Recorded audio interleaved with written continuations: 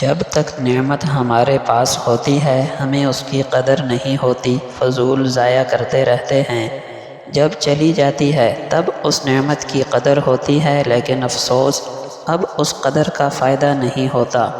نبی اکرم صلی اللہ علیہ وسلم نے فرمایا، دو نعمتیں ایسی ہیں جن کی اکثر لوگ قدر نہیں کرتے، ایک صحت اور تندرستی اور دوسرا فراغت اور فرصت۔ صحیح بخاری۔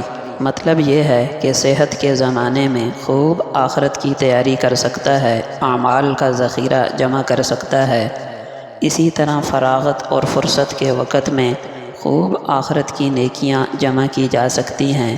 لیکن ان دونوں نعمتوں کو فضول کاموں میں ضائع کر دیا۔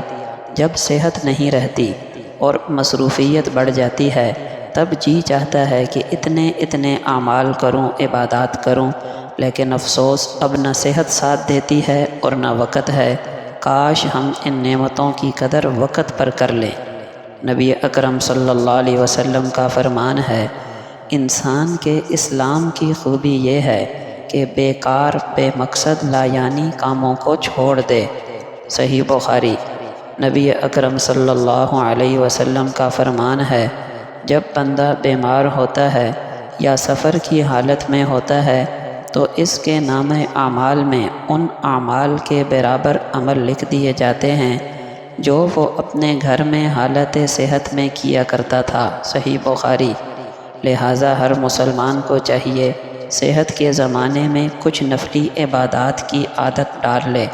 جب بیمار ہوگا اور بیماری کی وجہ سے وہ نوافل ادا نہ کر سکے گا یا سفر کی وجہ سے وہ نفلی عبادت رہ جائے گی تو بغیر عمل کیے نامہ اعمال میں ان کا اجر ملتا رہے گا۔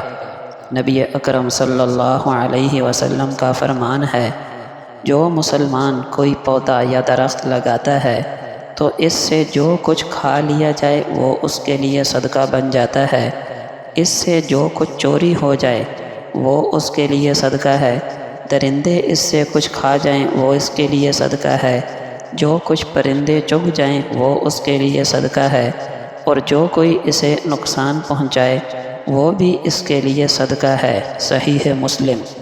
آپ صلی اللہ علیہ وسلم نے فرمایا، نیکی کا ہر کام صدقہ ہے۔